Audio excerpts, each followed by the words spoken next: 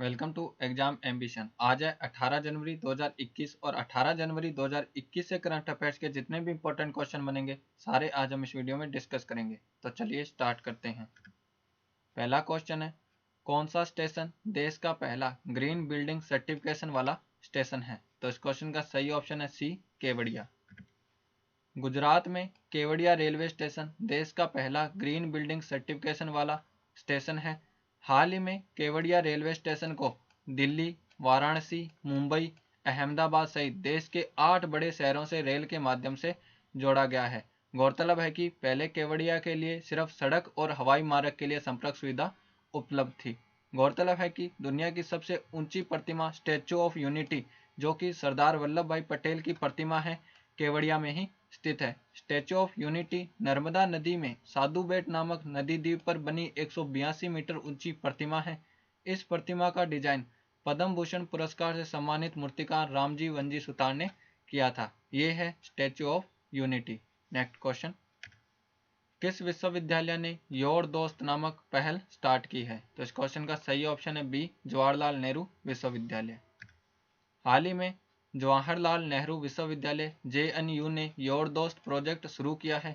इस प्रोजेक्ट के तहत विश्वविद्यालय के छात्रों को 24 घंटे काउंसलिंग की सुविधा उपलब्ध करवाई जाएगी।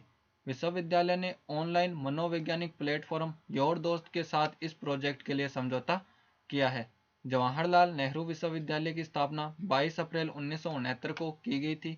इसके वर्तमान चांसलर VK सारस्वत हैं। नेक्स्ट क्वेश्चन, 51वें भारतीय अंतर्राष्ट्रीय फिल्म महोत्सव का personality of the year award किसे दिया गया है? तो इस क्वेश्चन का सही ऑप्शन है ए, विश्वजीत। 51वें भारतीय अंतर्राष्ट्रीय फिल्म महोत्सव का personality of the year award Vishwajeet को दिया गया है। विश्वजीत हिंदी और बांग्ला सिनेमा के प्रसिद्ध अभिनेता हैं। 51वें भारतीय अंतर्राष्ट्रीय फिल्म महोत्सव का उद्घाटन सूचना प्रसारण मंत्री प्रकाश जावड़ेकर ने किया है। इस समारोह में उद्घाटन फिल्म के रूप में थॉमस विंटनबर्ग की फिल्म अनदर राउंड को प्रदर्शित किया गया। गौरतलब है कि 51वें भारतीय अंतर्राष्ट्रीय फिल्म महोत्सव में कंट्री इन फोकस के रूप में बांग्लादेश को चुना गया है।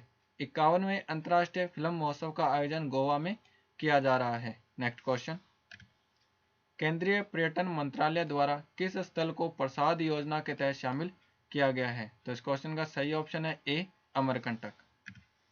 केंद्रीय पर्यटन मंत्रालय द्वारा मध्य प्रदेश के जबलपुर में स्थित धार्मिक व पर्यटन स्थल अमरकंटक को प्रसाद योजना के तहत शामिल किया गया है।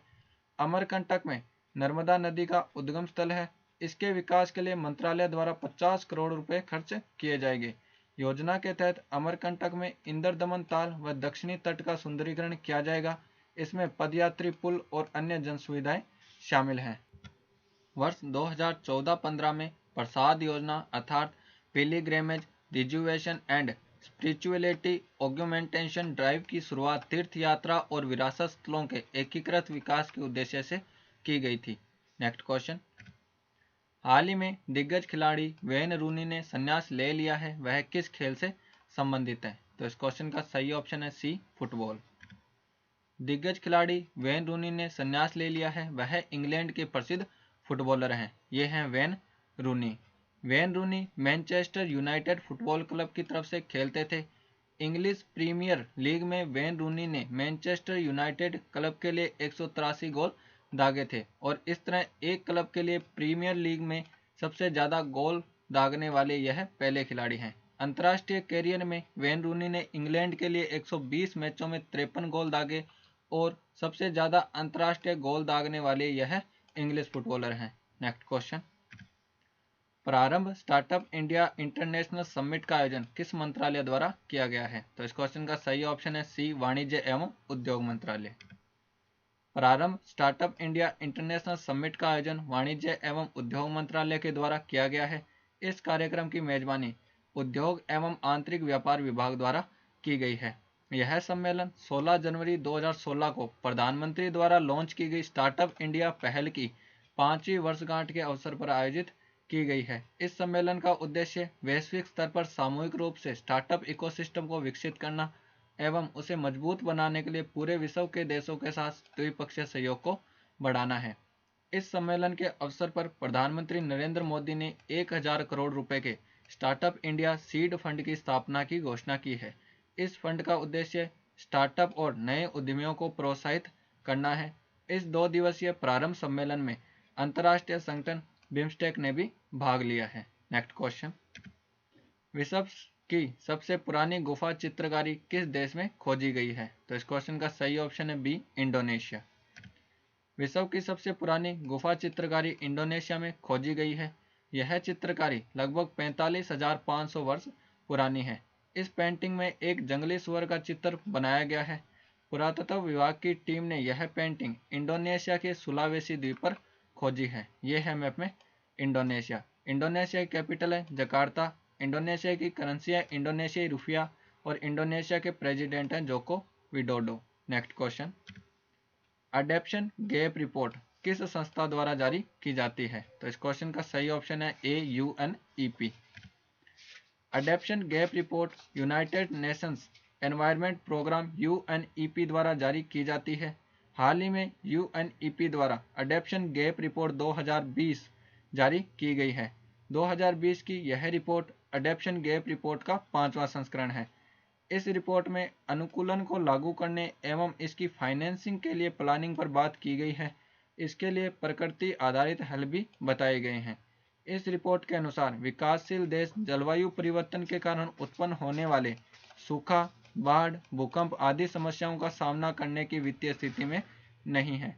The United Nations Environment Programme UNEP की स्थापना विश्व पर्यावरण दिवस के अवसर पर 5 जून 1972 को की गई थी। UNEP का वर्तमान मुख्यालय नैरोबी, केन्या में है और UNEP के वर्तमान अध्यक्ष इंगर एडरसन है। नेक्स्ट क्वेश्चन,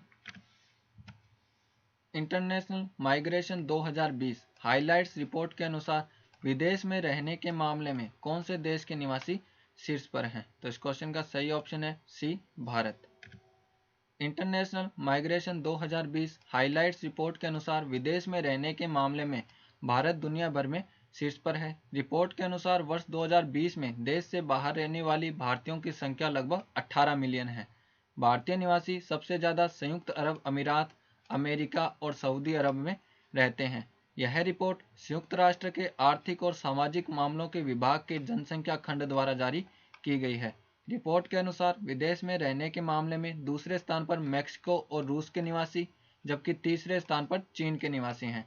रिपोर्ट के अनुसार दूसरे देशों में रहने वाले निवासियों की पहली पसंद अमेरिका, दूसरी जर्मनी, जबकि तीसरी सऊदी अरब है। नेक्स्ट क्वेश्चन, नागानक्टी पक्षी अभ्यारण्य किस राज्य में स्थित है? तो इस क्वेश्चन का सही ऑप्शन है बी, बिहार। नागानक्टी पक्षी अभ्यारण्य बिहार के जमुई जिले में स्थित है।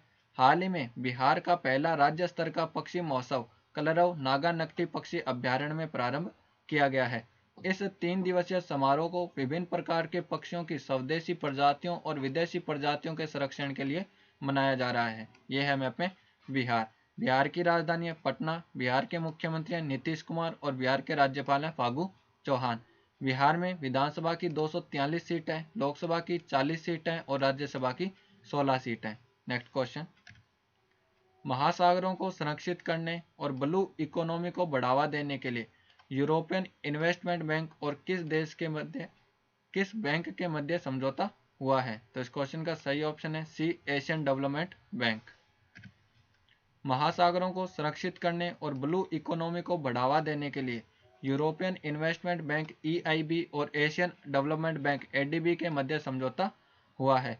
इस समझौते के तहत दोनों बैंकों के द्वारा clean and sustainable ocean partnership का गठन किया गया है। यह पार्टनरशिप सतत विकास लक्ष्य SDG और पेरिस समझौते के जलवायु लक्ष्यों को पूरा करने की दिशा में एशिया और प्रशांत क्षेत्र में सहयोग करेगी। दोनों बैंकों के द्वारा ऐसी योजनाओं को वित्त पोषित किया जाएगा जो कि महासागरों के संरक्षण के लिए कार्य करेगी। The Asian development bank ADB की स्थापना 19 दिसंबर 1966 को की गई थी। ADB का वर्तमान मुख्यालय मनीला, फिलीपींस में है। ADB के वर्तमान अध्यक्ष मसात्सुगु अस्कावा हैं। नेक्स्ट क्वेश्चन, हाल ही में भारतीय मौसम विज्ञान विभाग IMD का कौन सा स्थापना दिवस मनाया गया है? तो इस क्वेश्चन का सही ऑप्शन है डी, 146वां। हाल ही में भारतीय मौसम विज्ञान विभाग IMD का 146वां स्थापना दिवस मनाया गया है। IMD की स्थापना 15 जनवरी 1875 को की गई थी। भारतीय मौसम विज्ञान विभाग के स्थापना दिवस पर आयोजित कार्यक्रम का उद्घाटन केंद्रीय मंत्री डॉक्टर हर्षवर्धन सिंह के द्वारा किया गया। केंद्रीय मंत्री डॉक्टर हर्षवर्धन सिंह ने इस अवसर पर 2 डॉपलर वेदर रडार देश को समर्पित किए। यह रडार उत्तराखंड के मुक्तेश्वर और हिमाचल प्रदेश के कुफरी में स्थापित किए गए हैं। आईएमडी की स्थापना दिवस के अवसर पर मौसम मंजूषा नामक एक हिंदी पत्रिका भी जारी की गई। आईएमडी पृथ्वी विज्ञान मंत्रालय के अंतर्गत कार्य करता है।